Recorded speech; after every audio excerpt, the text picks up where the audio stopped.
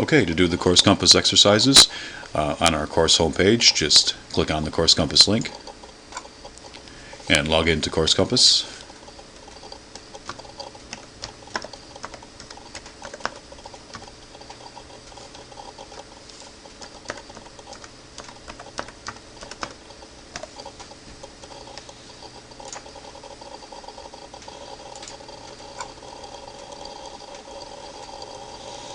Okay, then depending on what chapter we're doing, go to, you can just click right there on the home page on whatever chapter the exercise is in, or you can also go to click on the assignments tool over here.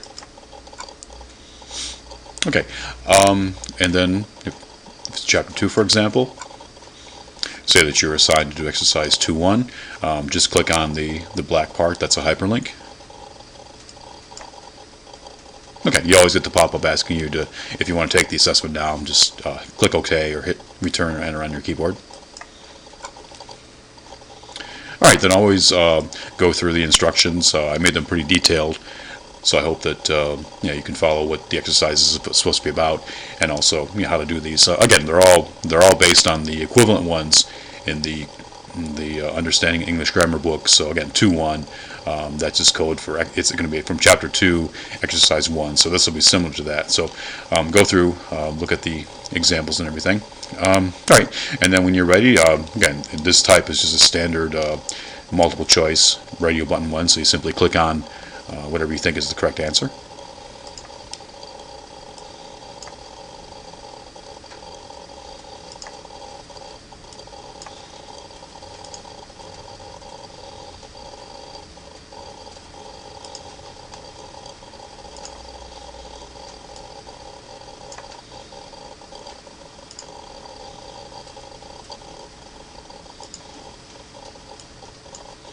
Alright, and notice also that you get all the questions at the same time, unlike on the exams where you might have them one at a time. Okay, now at this point I'm gonna pretend I skipped ahead and I deliberately, well, I can pretend that I accidentally missed answering one of the questions. Notice that for all these answers, not one of the radio buttons is clicked by default. So if you accidentally pass over one of them, it's easy to do. I'll show you what happens in a second.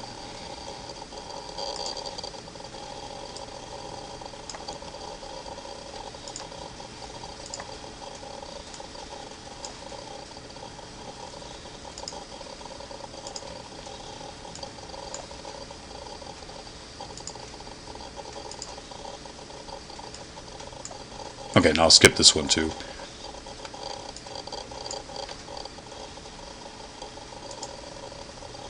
Okay, come to the last question, right? And then, okay, at this point you've done all the questions. So now, all you need to do is click on the submit button. You really don't need the save button for this. Just click on submit. Okay, now notice that I got the pop-up indicating that the following questions may be incomplete, 9, 3, 18. So, all right, that way it tells you, which ones you might have missed. All right, now here's the little trick. At this point, what you don't want to do is click on OK or hit return or enter, because notice the focus in the pop-up is on OK. Now if you do that, what will happen is it'll go ahead and submit your whole assignment, and it'll take those 3 questions and not answer them, and that means it's going to count them wrong. So you don't want that to happen. So instead, whenever you get this about any notification that you missed a question, always hit cancel instead. Okay, and that'll take you back, and you're still in the exam. So now you can go back, and just answer those ones that you missed.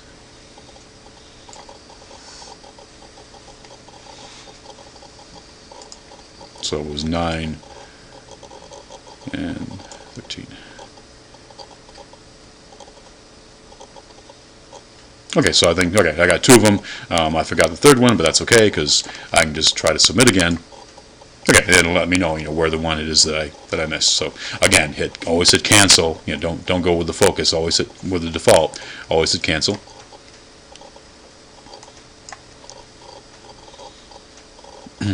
Okay, now I should be all set. Now when you hit submit, all right, instead of the pop-up saying that you missed some, there'll be the confirm assessment submission button there. All right, at this point, okay, if you answered all the questions, you think you got them right, just hit enter or OK, or click on the OK button.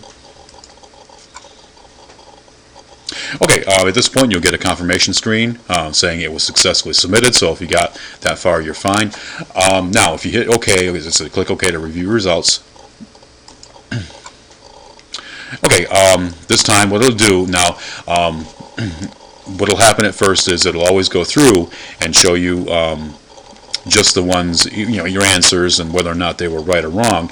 It won't show you the correct answers yet. That is, I'll release that only after everybody's taken the quizzes and exercises and gotten all the answers right, but only then. So for this point, you only see the ones you got wrong. Also, if you go back up here, notice it'll tell you your score, 70 out of 100, and remember that you got to get 65 or above on all these exercises to complete it. So if you got that point, you got above 65, you're all set, you're finished with that requirement. It'll show up in the grade book as being completed. Okay, so what you can also do to go back and do another one, click on whichever one you need to assign there. All right, if you've already done one, what'll happen is this. Say you try to do 2A again. All right, ask you if you want to take it. All right, now whenever you click on one that you've already done, it'll ask you. It'll say, hey stupid, you already did this. You sure you want to do it again? All right, so if you're sure you can, if you're sure you want to, you can go ahead. You know that you got below 65. Or if you're not sure, one way to tell is if you click on OK to review results, it'll take you back to a previous attempt. And it'll show you, what your score is. So in this case, 90 out of 100. That means you don't need to take it again. So you can just skip out and cancel. All right, but if you do want to take it again, just go back. Okay, and just click on the link, take this assessment again. So that's useful. So if you had gotten a score below 65, and you definitely want to do it again to get a higher score, that's what you do. Another way you can tell how you're doing with these is if you go to Tools, and then click on the My Grades tool. Okay, and you get a list of all the exercises there, and in the grade column, it'll show not necessarily your most recent attempt, but it'll show the attempt where you got the highest grade. So again, you can just go down, and if there's any that are below 65, that those you got to take. But if you got any ones that show up as 65 or above, all right, those you're cool with. So again, so you're all set. But again, if you do take one that you got a lower score than 65, again, whenever you get above 65, or whatever highest grade you get, that'll be the one that shows up here. So that's another way you can tell which ones you need to do. All right, let me take you back and show you another type of exercise besides the multiple choice. Sometimes you'll have ones that are going to look like this, where you have these, as the directions say, the Reed Kellogg diagrams. Okay, now for these, what you do, right? These are all they're all going to be set up as true/false ones, but basically, it just means is the diagram correct? Is it not correct? And so again, you look at the diagram and just go through, and I'm just going to go through fast here. All right, so if you think the diagram is correct, just click true. If you think you spot an error with it, you click false.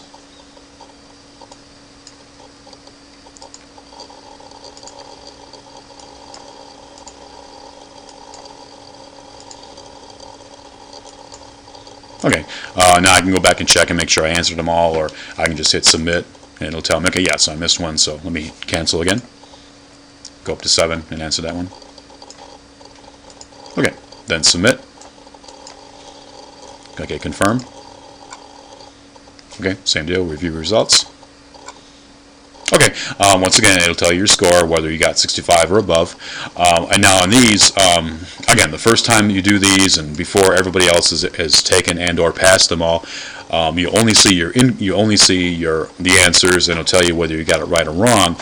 So if here, for example, okay, your answer was that it was false, meaning you thought there was a mistake, but it shows that there wasn't, showing that it was correct actually. Whereas take one down here.